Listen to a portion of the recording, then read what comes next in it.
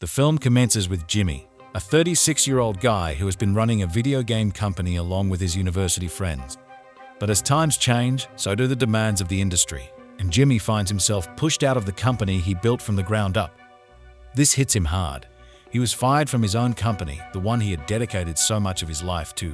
As he deals with this, he starts to wonder if he had ever truly lived life to the fullest. Devastated, he returns to his hometown of Taiwan. While tidying his room, he stumbles upon a postcard he received 18 years ago from his dear Japanese friend, Ami. He then receives a phone call from the studio co-founder, Aaron, who invites him on the final business trip to Tokyo. After the business meeting, Aaron asks Jimmy about his future plans, to which Jimmy answers that he plans to embark on a trip without a destination. He believes it's not a soul-searching journey, but rather a trip for the sake of traveling.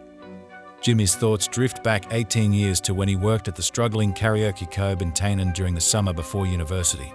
He meets Ami, a Japanese backpacker looking for a place to work to save up money for an upcoming journey. Assigned to show her around, Jimmy and Ami have a chat, and Jimmy becomes romantically interested in Ami. The arrival of a foreign lady in the secluded town soon attracts numerous customers to the karaoke.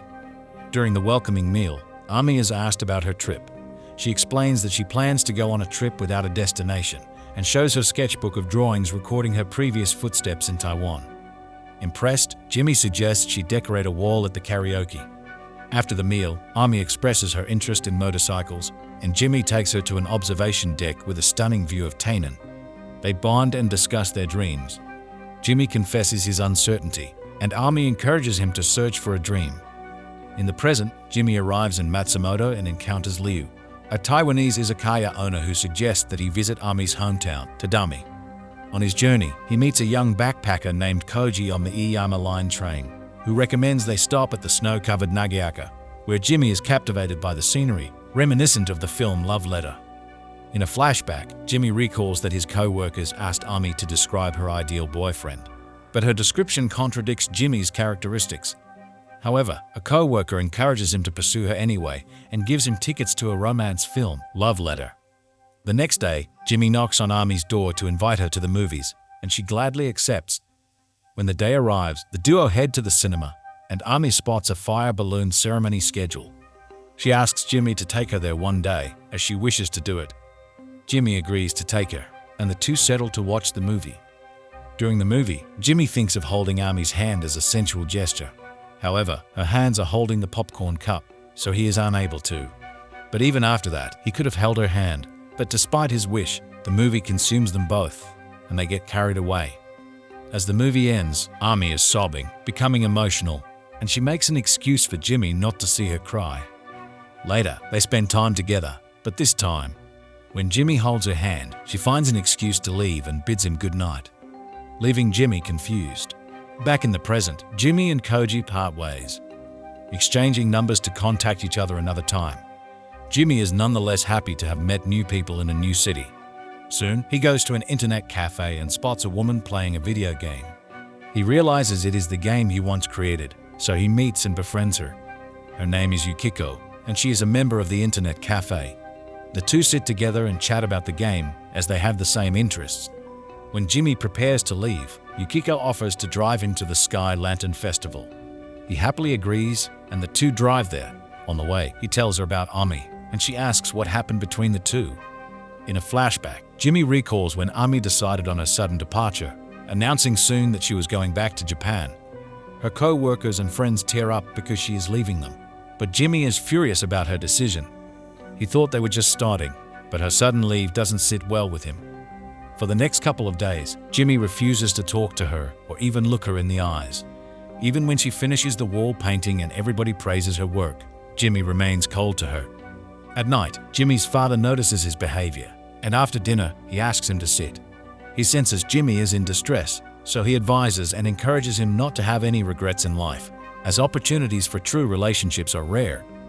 Therefore, the next day, Jimmy decides to rush to Ami's house and ask her out once again. Ami, surprisingly, is happy with him asking her out, and she agrees. The two take the train and arrive at their destination. Jimmy has brought her to one of her wish list places, the Sky Lantern Festival. In the meantime, Yukiko and Jimmy arrive at the Sky Lantern Festival, and Yukiko asks him to go alone while she parks the car. Jimmy goes alone, passing through the crowd. But in the flashback, we see him passing through the crowd with Ami. He is nervous, but this time he takes the chance to grab her hand and pull her to himself. Ami doesn't resist and holds him tighter. Soon, the two are about to let go of the balloons, and Ami asks him to promise something. They make a promise to meet each other again after they have the opportunity to pursue and fulfill their dreams in life. Jimmy is happy that the two have hopes of meeting again, and he smiles at her. The next morning, Ami prepares to leave and bids her friends and co-workers goodbye. She gives them their portraits as a reminder of her, and they, in turn, give her gifts. She finally leaves the country on the train, and all of them cry due to her departure. In the present, Jimmy takes the train once again to search for his nostalgic lover. He is on the way to Tadami, the address on Ami's letter that she sent him, so he goes there in search of her. On the road, he sees an older man and asks about the location shown in the letter. But the old man does know Ami and asks Jimmy if he is looking for her. The man doesn't seem as enthusiastic as he should, but in fact, he mentions Ami as if she were in the past. Upon arriving in Tadami, Jimmy meets Ami's mother, Yuko, who reveals Ami's passing. She invites him in and tells him Ami used to talk about him all the time and how she referred to him as her 4 years younger boyfriend. Jimmy doesn't say a word and keeps his head down the whole time. Ami's mother, Yuko, then leads him to Ami's messy room, where she reveals that Ami died from hypertrophic cardiomyopathy, which she had for a significant period of time. Ami was suffering from the disease and wished to travel around the world during the last days of her life. Despite her condition, she wanted to travel the world, but after meeting and falling in love with Jimmy in Taiwan, her desire to continue living was ignited, and she decided to seek alternative treatments in Japan. Yuko then gives Jimmy Ami's sketchbook, which contains drawings of Taiwan. Through the drawings, Ami wrote a letter to Jimmy as well. It started with her hoping to start in Taiwan and work her way through the world. She visited several places in Taiwan and ended up at the karaoke place, where she found Jimmy playing basketball alone. From that moment, she was attracted to him throughout all her time there.